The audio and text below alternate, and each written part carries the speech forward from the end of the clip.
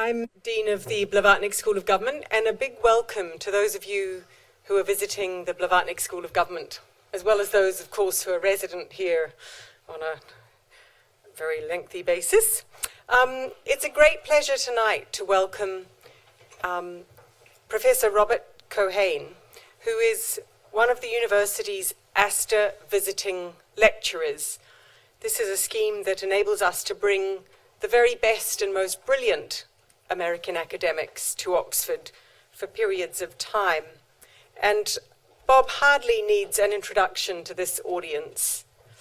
He's Professor of Public and International Affairs at the Woodrow Wilson School, but known to everyone in the room who's studied international relations, whether as a first-year undergraduate or as a doctoral student, as really the father of a way of thinking about international cooperation, a very powerful way of thinking about international cooperation, why we might observe it, how it's likely to evolve. So it's a great pleasure to introduce Professor Robert Keohane speaking on what's happening to multilateralism now. So, Bob, over to you.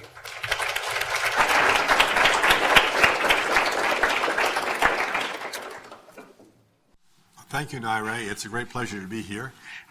We are loving Oxford, and thank you for coming. By all means, come forward, and there are seats in the front, so people always sit in the back, and that means that people who come in late always have to walk in front of everybody else. It's a totally dysfunctional set of practices, but it's hard to get people to break the habit. When the United States rose to world power during and after World War II, its preferred strategy for what is now called global governance was multilateralism, that is, institutionalized cooperation involving 3 or more states. Of course, the United States retained unilateral military power and the authorization in the UN Charter to use it in self-defense. And the United States also retained an independent monetary policy run by the Treasury and the Federal Reserve. It also declared its own possession of resources on the continental shelf, which is extensive. So it kept the basic sinews of power for itself: military power, financial autonomy, and control of crucial raw materials. This was a world of one issue, one organization, as the next slide indicates. There was the United Nations and its functional agencies. There was a WHO, FAO, ILO, and so on, the World Bank, the IMF, and the culmination was the World Trade Organization, WTO, in 1995, the most general and probably most authoritative economic institution that we have. And then you had the UN FCCC, the Climate Change Convention, and the Kyoto Protocol on climate change, which was a failed version of the same model. So this is the 20th century multilateralism: one issue area, one organization. Now the German philosopher George Friedrich Wilhelm Hegel once said that the owl of Minerva flies at dusk, which I interpret to mean that we finally understand some developments in the world when they're passing from the scene. I might add that now we think we figured out just how the world was in the 1990s, and now it's changing under our feet. The United States saw itself as consolidating multilateralism with the rules and practices that it favored. And the U.S. insisted with the Europeans that China adapt and follow WTO rules that the U.S. and Europe had made. At the same time, the Europeans were busy building multilateralism, not content with locking themselves into the European monetary structure, which they now regret, the straitjacket. They invented new institutions, such as the Landmines Convention, the International Criminal Court, and the Kyoto-based climate change system, to which they hoped the major nation states of the system, the US, China, and Russia, would adhere. This was the vision of one issue, one organization, expanding the international jurisdiction over issues. Okay, here we go. So, but then problems came along. There were challenges to this kind of ordered multilateralism. There had been a fragmentation of global health regimes in the 1990s. There were some unilateral trade agreements became more common, supplementing WTO. So WTO became no longer comprehensive or uniform, and we now have preferential tariff agreements, the TPP, TTIP, and so on, which are of a a derogation from WTO rules, and the failure, of course, of the Kyoto Protocol. You had a combination of exemptions of developing countries, non-adherence by some signers, and non-compliance. So instead, we have we've called a regime complex for climate change.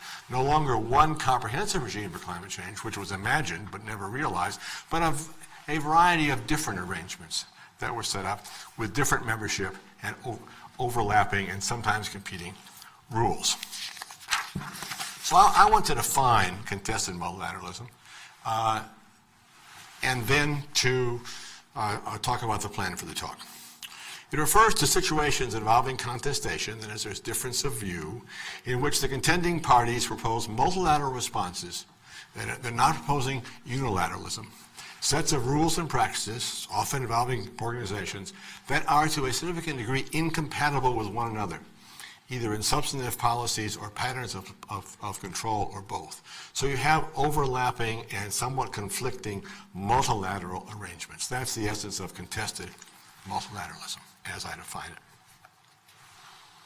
So I want to talk about the sources of contested multilateralism, which come principally first from dissatisfaction with existing regimes, then two responses to it, which I call regime shifting and regime creation. Thirdly, the effects of contested multilateralism. Fourth, implications for world order. And then I want to have a few words at the end about explanation, if I have some gestures toward how we explain this new pattern of world politics. So when does contested multilateralism occur? I think there are two conditions that are most important. One is there has to be dissatisfaction with the status quo. If there's satisfaction with the prevailing organization, which controls an issue area, then you don't have any contestation, you don't have an issue. Secondly, there has to be, and this is therefore most important and less obvious, a viable outside option. Those who are dissatisfied have to have an alternative organization which exists now. There's a set of rules and practices or an organization which they can turn to and say, well, we like this organization better than the other one. Or else they have to have the ability to create such an organization or set of practices, one or the other. It has to be a viable outside option.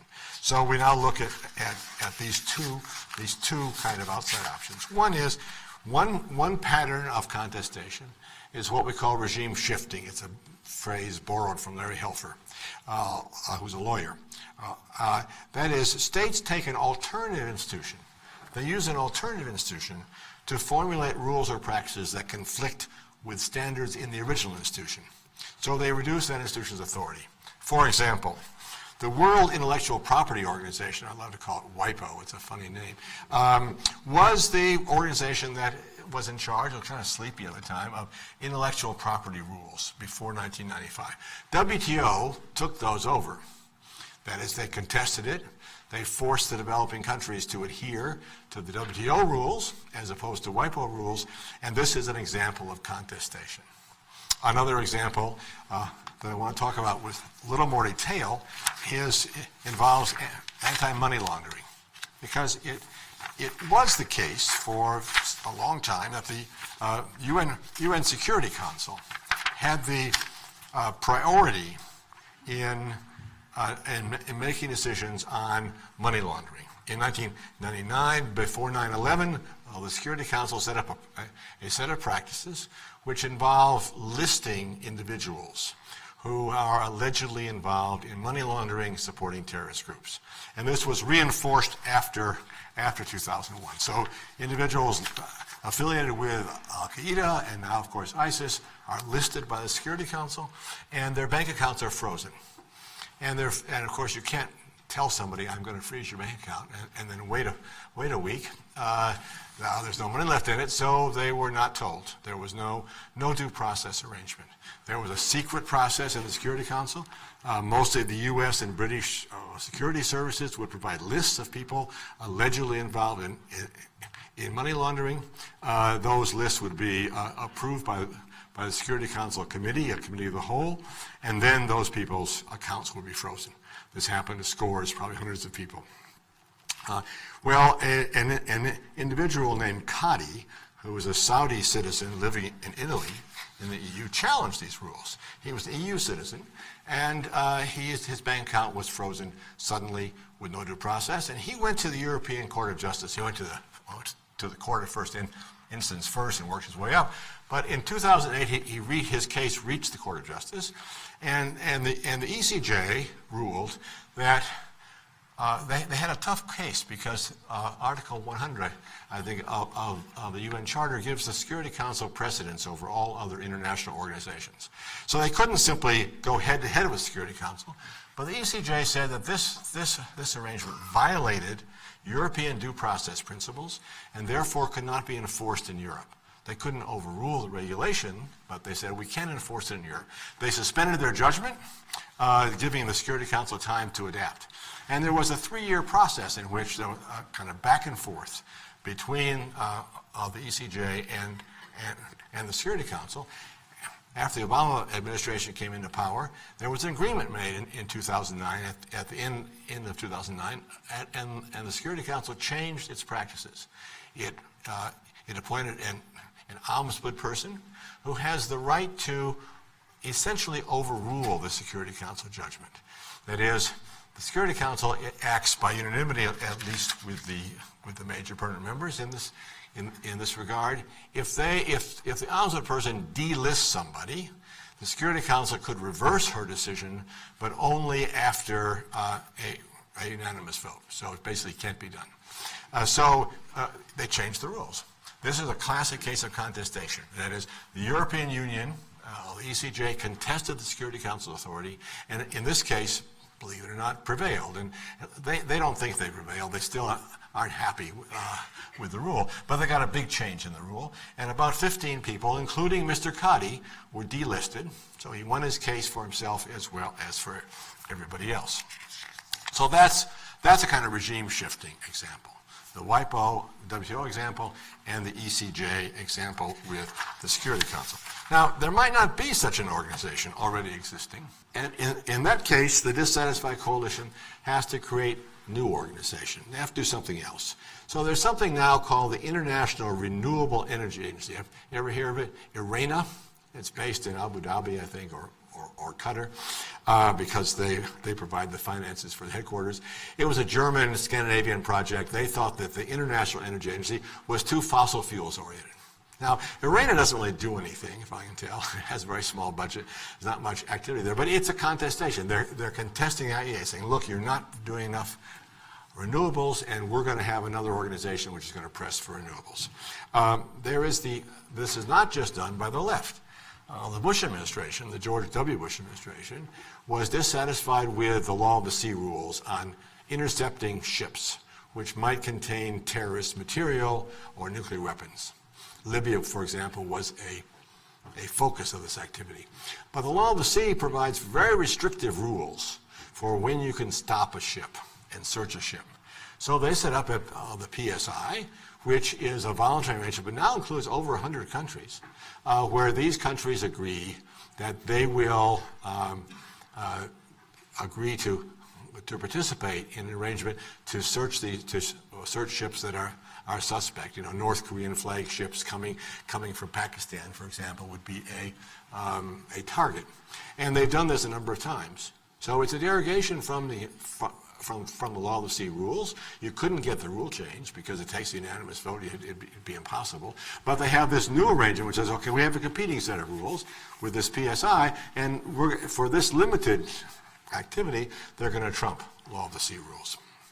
The final example I want to give is the Asian Infrastructure Investment Bank, which you probably all know about, which China established or inaugurated last year, and Britain was the first Western country to join it, against the wishes of the United States. So the World Bank, as you know, is heavily influenced by the Western countries. They have more than a third of the votes in a weighted voting system. The U.S. has something like 16.7% with a 15%, with an 85% requirement of agreement. So the U.S. has a veto, and Europe, as a collectivity, has a veto. The Chinese, at that point, only had 3 or 4% of the votes. They weren't very happy with this arrangement. It was hard to change it, very slow. They got impatient and dissatisfied, and they set up a different bank. Now, it's open to everybody. It's based in Shanghai. Its rules are basically being written by the Chinese, not by the Americans. It's going to perform presumably fairly similar functions, probably do it somewhat differently on environmental issues and other issues, and it will have a different voting system. I think the Chinese have 29% of the votes. So it's a classic case of contested multilateralism, which came out beautifully after the paper on which my talk is based had been published. And so it's a case of the Chinese doing it. So it's done by the left, the Germans on energy, by the right, the U.S. on proliferation, by the Chinese. It's becoming quite a common practice. Now, this is not just limited to states. Non-state actors can also engage in contested multilateralism. So the Ottawa Convention on Landmines was sponsored by NGOs in the 1990s, and there's something called, I look at my notes, the Convention on Conventional Weapons, which is an interstate agreement to control these issues, but there was no landmines agreement. The U.S. and Russia and I think China were all opposed to any banning of landmines. All of them use landmines. So the NGOs went off and met at Ottawa and put together a convention on landmines, and the Europeans were all gung-ho. And so this is a convention which now has scores, maybe over 100 states involved in it. So it's not just an NGO convention, but it didn't require going past a U.S. or Chinese or combination U.S., Chinese, Russian. That's a pretty tough combination to be in an international organization. A veto on it. Another example comes back from the 1990s. The World Health Organization. It's not new that it's not a very effective organization. It has often been an ineffective organization. In the 1990s, they were very slow to work on vaccine issues and childhood vaccines, and the Gates Foundation and other NGOs and some states, including a number of European states, said, well, we're going to set up a global alliance on vaccines called Gavi. We're going to finance it separately, run it separately, and it'll be more effective, which it is. They also set up a global fund and a number of other organizations. So NGOs who are dissatisfied with the performance of international institutions can do the same thing. So it's an equal opportunity contestation. This is not a limited phenomenon. It's probably been observed. It has not been labeled, and it hasn't been generalized, I think, before this paper of mine and Julian Morse's. So, but it can be undertaken by states of all types, and by NGOs, often influencing states. So how do we think about this kind of process analytically? I've described it so far, given a sense of where it stands. Well, I go back to Albert Hirschman. It's a great book. Everybody in this room should read it. It's 125 pages. You can read it in easy reading. It's an easy read for an evening. You could read it after this talk and 2 glasses of wine. It's called Exit, Voice, and Loyalty, published 45 years ago. And its subtitle is Organizations in Decline. So Hirschman says there are 3 options. If you're a member of an organization in decline, none of you is, of course, but you occasionally will become a member of an organization in decline at some point in your careers. There are 3 options, he says.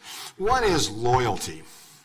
That's the way to keep your head down, and if you're weak, or if you don't have any alternative, then you may have to do it. So take the very weak states in the World Bank. They may not like the World Bank rules. They may not like the IMF rules. They may not like the fact that they have 0.04% of the voting weight in some of these organizations. But they don't have any choice. If you're a dependent, small, weak state and you need loans from the IMF or the World Bank, you go along. Right? So that's one option. It's the option of the most constrained actors. But the second option is exit. You can leave, like the Chinese. The Chinese didn't leave the World Bank, but they partially exited by setting up their own bank. Or you can exercise voice. You can complain. So voice is the typical democratic response. You vote for Donald Trump. And because you're unhappy with the status quo. That's the voice option. Those people can't exit very well. They're not going to leave the United States, but they can use voice.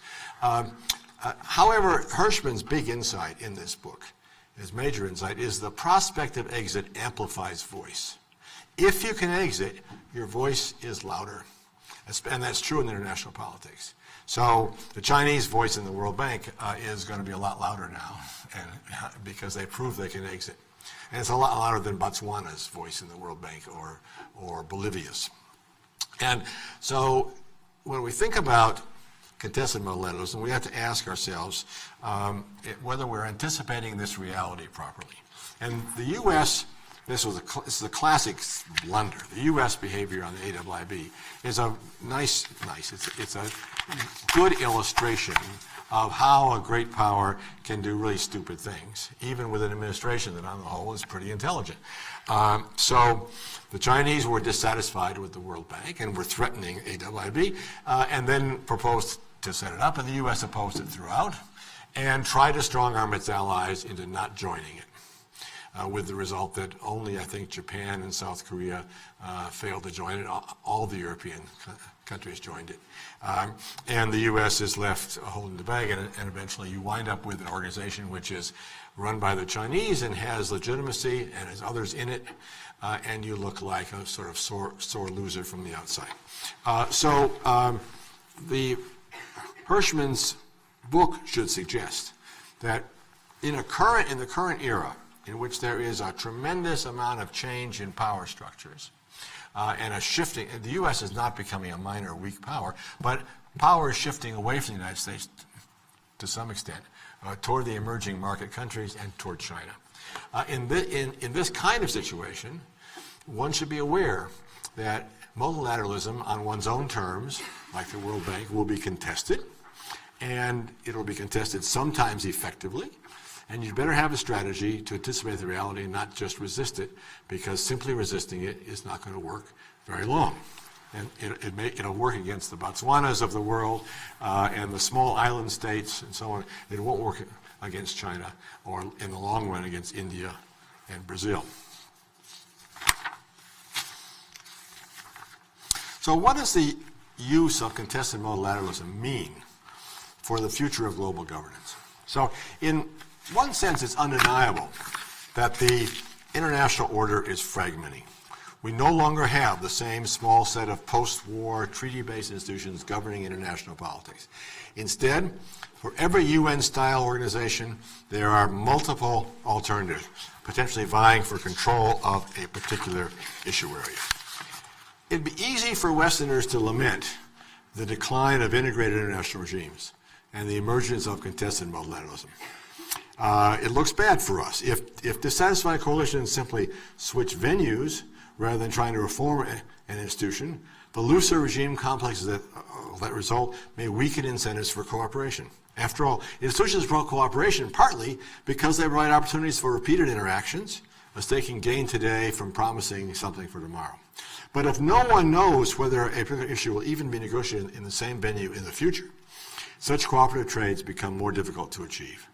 When several different dissatisfied coalitions formulate rules in alternative venues, the overall system, think climate change regime for the last 20 years, may fail to provide any coherent governance for the world as a whole. So this might look like a really bad development. One more bad thing that's happening in the world. So the natural policy along view is that contested multilateralism is a terrible thing, that fragmentation creates opportunities for evasion of rules, that the race to the bottom takes place as on climate change, and that people like us lose control, right? Liberal internationalist elites, policy wonks trained in problem solving here become less influential because you can't just parachute in to become deputy director of the World Health Organization and have control over health policy. So it's probably bad for us. But the question is it bad for the world? And my initial inclination, I must say, when I said it was, yeah, it's a bad thing. It's too bad. It's fragmenting policy and making it more difficult. And that may still be true. But I want to actually explore and interrogate that intuition in the next 15 minutes. Okay. So we have to go back and ask, if we're going to evaluate this phenomenon, we have to ask about its causes. What are the causes of contested multilateralism, and therefore what the alternatives might be? So I think there are 5 particular causes which I have actually touched on in the talk so far. There may be specific failures of established IGOs, like the WHO case. It just doesn't run very well, and people get dissatisfied.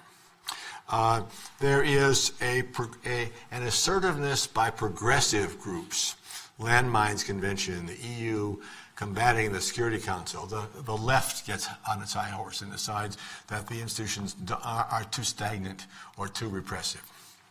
Thirdly, there are unanticipated new issues, like the terrorism issue. The PSI arises out of concern about terrorism people hadn't thought about when the Law of the Sea Convention was negotiated in 1982. People weren't thinking about intercepting ships, Korean ships, North Korean ships with nuclear materials headed for Libya or maybe headed for some terrorist group. So they hadn't built that into the system. There are fourth new roles for non-state actors. The Gavi case, the Vaccines Alliance case, indicates the Gates Foundation was very important there. And finally, there are the basic shifts in world power, which the Asian Bank that China has sponsored indicates. So there are at least these four sources. And in light of these sources, we could put forward an alternative interpretation of the current trend toward contestation. When states and non-state actors seek alternative venues or create new institutions, such practices are designed to remedy some problem that exists with the current system of rules. In some cases, the institution, like WHO, may have been failing for years. Under such circumstances, attempts to create or expand regime complexes may not be worse in the long run for policy outcomes. Indeed, as Hirschman argues, the possibility of exit may amplify voice. That is, constructive criticism. That leads to improvement in the system. That's clearly true in global health. I think it's pretty clear that the contestation of the WHO in global health has been a good thing for AIDS, for tuberculosis, for vaccines. That is for fighting AIDS, fighting tuberculosis, and having vaccines. So it hasn't been a bad thing. It's probably been a good thing. So, because monopoly is often not the best structure for policymaking. You probably learned that here too. It's not necessarily a good thing to have a monopoly, especially if it's a stagnant monopoly and if it can't make major decisions. So let's keep ourselves open to the possibility that let's see where this goes. That contested multilateralism might actually be if not a positive development, at least have some positive attributes. So if this more positive interpretation of contested multilateralism seems especially plausible when we look at China's rise to world power. As Robert Gilpin and others have shown, periods of rapid rise for a formerly weak state are dangerous for world order. We're in a dangerous period for world order because we have a rapid rise of a formerly weak state. So, the rising power naturally is dissatisfied with the rules made in the past by others, often made to limit its own activities. Germany was dissatisfied with British and French domination of colonial territories. The United States was dissatisfied by Britain's 19th century strategies designed to hem the United States in. You know, Britain, until 1900, opposed the U.S. having a two-ocean navy because it feared U.S. military naval power. And Britain blocked the construction of the Panama Canal from 1850 until 1900. So these contests don't always lead to war. The German rise did, of course, but the U.S. rise vis-a-vis Britain didn't, partly because Britain followed a very intelligent policy of accommodation, of appeasement, actually, at the end of the 19th century. But they always raise tensions. They always raise danger of conflict. And if it's conflict, more or less serious, more or less military. Now, in earlier eras, the rise of newly powerful states took place, which is an old pattern, therefore it's a periodic pattern, took place within a context of minimal institutionalization, as there really weren't very many global institutions in the 19th century or before. The institution of sovereignty was firmly in place, but there were no significant multilateral organizations, unless you count the Danube River Convention. So states sought to govern their external relations through unilateral foreign policies and occasional alliances. But the rise of China takes place within the context of a thickly textured multilateralism, with multilateral institutions seeking to make rules for a large number of issue areas. So we have to ask, is this going to make it easier to deal with contested multilateralism? So in this context, the rise of China and other rising powers seems necessarily to imply contestation because they're going to challenge the rules. But the multilateral context may help with conflict resolution, because multilateral institutions, after all, perform tasks that generally wish performed, that states wish performed, and alignments on different issues do not necessarily correspond with one another. The alignments among states on various international organizations aren't all the same. The alignments on climate change and the alignments on the South China Sea law of the sea rules are not the same alignments. So there may be cross-cutting cleavages and potential, therefore, for a little more accommodation or deal-making than otherwise would be the case. In any case, as I've emphasized probably to the people who are sick hearing it from me, cooperation doesn't come from harmony. Cooperation comes from discord. If you have harmony, you don't need cooperation. You drive on the left-hand side of the road, we drive on the right, nobody has to negotiate an international convention about it, because it's an obvious coordination game and it's harmony. But cooperation only comes from discord.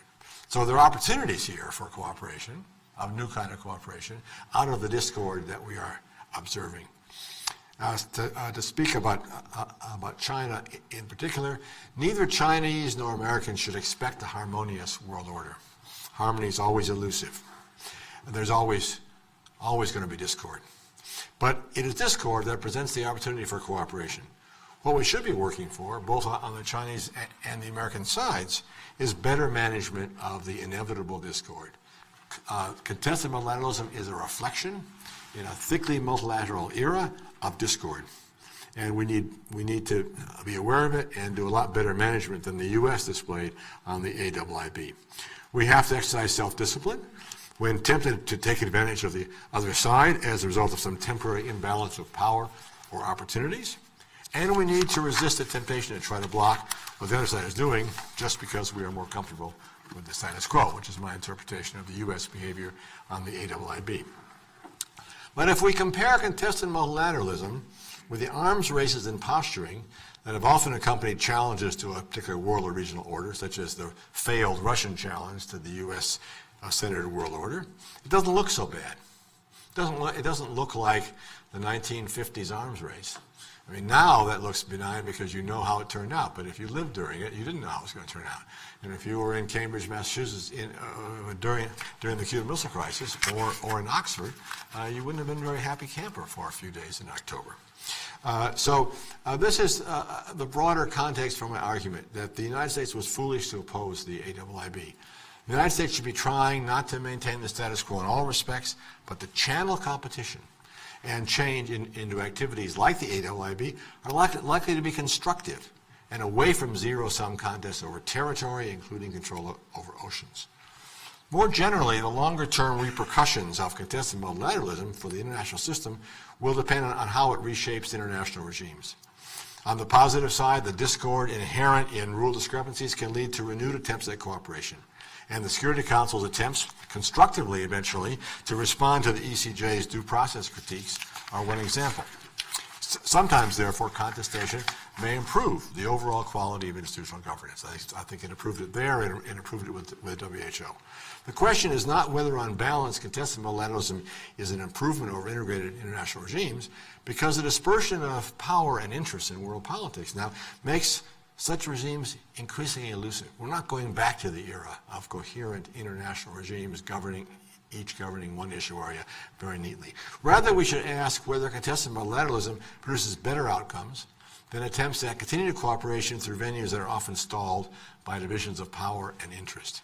Contested multilateralism occurs because actors are dissatisfied with the status quo. It is an effect, not a cause of dissatisfaction.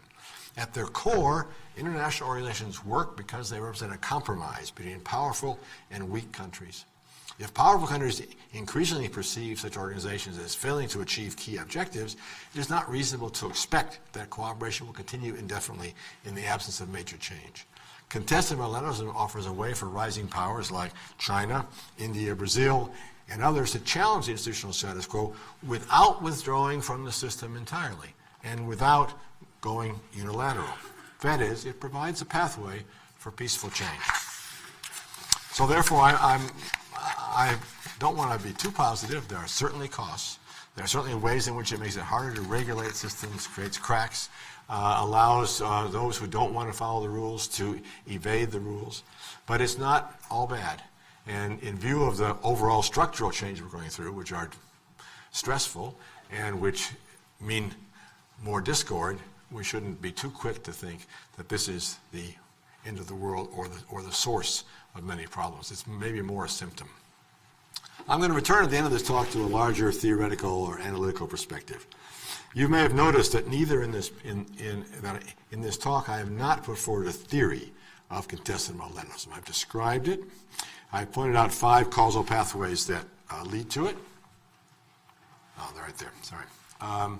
The ones that I mentioned before. But I haven't explained it. And the fact that there are 5 different pathways here tells you by itself that I don't have a theory. If I had a theory, there wouldn't be 5 different pathways.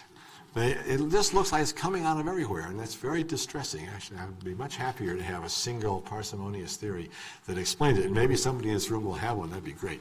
What I've done is to describe a major new phenomenon, which has been described in pieces but never as a whole. I have labeled it contested multilateralism, hoping that this will catch on. And I have shown that it's quite widespread. And remarkably so. When I started working on this, we started with the ECJ case and the Security Council, and lo and behold, all these other cases which appeared to fit the same kind of general model. But I have not developed a theory, but I would like to do so. And to do so, I won't have to look across a variety of issue areas without regard to levels of contestation and chart the variation in contestation. I'm going to give you a last slide, a kind of tentative typology of different types of contested multilateralism. You can imagine a single institution with integrated rules and little or no contestation, such as the World Bank in the 70s or the WTO in the 1990s. That's the kind of ideal type of the integrated institution. Then there could be contestation over secondary rules or who is in charge. This is true of the preferential tariff or trade arrangements. They derogate from WTO rules, but they're secondary. They don't conflict. They conflict only at the margin with WTO rules. It's true of the PSI. It doesn't try to overturn the law of the sea. It just says, with regard to this one particular clause of the law of the sea, we're going to derogate from it. And I think, on general, it's probably maybe true of the AIIB. That is, what's different here may be not the activity so much, but who's in charge of the voting shares. The third possibility, the third type, would be there's contestation over core rules or competences. That is, you're really challenging more deeply. So when the Gavi and the Global Fund and so on challenged the WHO in the 1990s, that's saying you're not competent to work on this issue. We're gonna take it over. And the AIIB might become that kind of challenge to the World Bank. It might become a direct, forthright challenge. That would be more challenging than the second category. And finally, there could be a situation where there really is intense conflict, contestation over values. You could imagine 3 different internet regimes. You can imagine a state-controlled internet regime, an internet regime that had rules that the U.S. government once privately controlled, but with lots of intrusion, and internet regime that Ted Cook of Apple once, which is with total encryption and everybody's privacy is protected, and there's no protection against terrorists who use it for their own purposes. Those would be 3 fundamentally different regimes, and they're on the table actually. So it's possible you'd find that'd be quite chaotic if that were the case. We would look back with nostalgia to the days, and we could just open our email and not have to worry about it. I've organized a workshop for Princeton in April, in which a number of scholars are going to examine a number of different issue areas. I've asked them all to ask themselves about issue areas about which they know a lot. They're experts in these issue areas. Is contestation increasing? I mean, maybe we're just picking out cases of contestation, and they'll say, oh no, in most of these areas it's not increasing at all. I think that won't be true, but if it is, that'll be interesting. And also where on this typology it exists, that is, whether it's intense or mild, if it exists at all. And the areas include the ones I mentioned in the talk, as well as labor, human rights, product regulation, energy, international investment agreements, and migration. So perhaps the next time I'm invited to Blavatnik, I can report some progress on this project. Thanks very much for listening. I'd love to have questions.